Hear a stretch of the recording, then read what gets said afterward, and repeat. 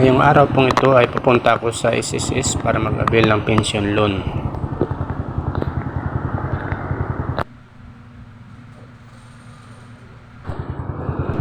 Para malaman po kung paano ang paraan sa paglulon, kasi nababasa ko sa iba ay ang paglulon daw ng pension ay sa pamamagitan ng online.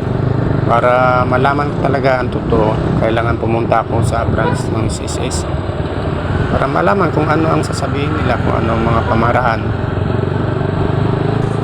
At ito ang ibahagi ko sa inyo, lalo na sa mga first timer na katulad ko, kung ano ang mga pamaraan natin sa paglulon. At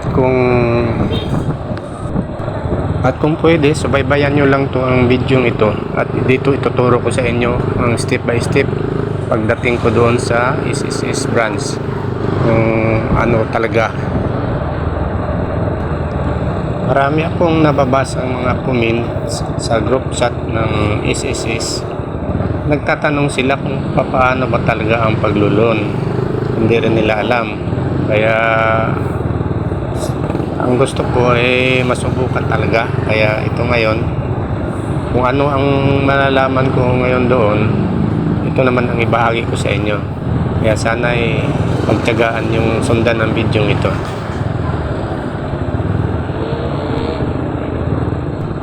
At baka naman, kung pwede lang mga idol, baka naman pwedeng paki-subscribe ng channel ko para mayroon pa akong maibahaging mga video. At hindi lang to, step by step to, kung hanggang sa maka-receive ako ng pension loan, ibahagi ko rin sa inyo hanggang sa dulo. Kaya please subscribe. Salamat po mga idol.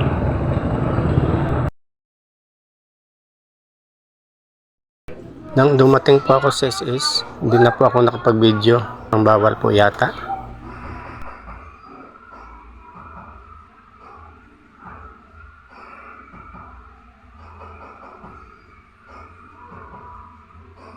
Ang last digit number ko sa SSS is 8. Kaya ito ay natapat sa araw ng Huwebes. Lunes ngayon, kaya hindi ako pinapapasok ng guard. At pinababalik ako sa araw ng Huwebes kasi yun daw ang coding, at lahat daw yun ay sa lahat ng branch ng SSS. Kaya kahit anong kuan mo, kahit sabihin mo senior ka, hindi ka talaga papasukin kasi yun ang regulation ng SSS. May number coding. Kung anong tapat ng number ng SS mo, ay yun ang araw na dapat mong puntahan para makapasok ka. Kaya sa pagbabalik ko po uli, ay tuturo ko rin kung paano talaga ang gagawin. Kaya please po, subscribe na lang po.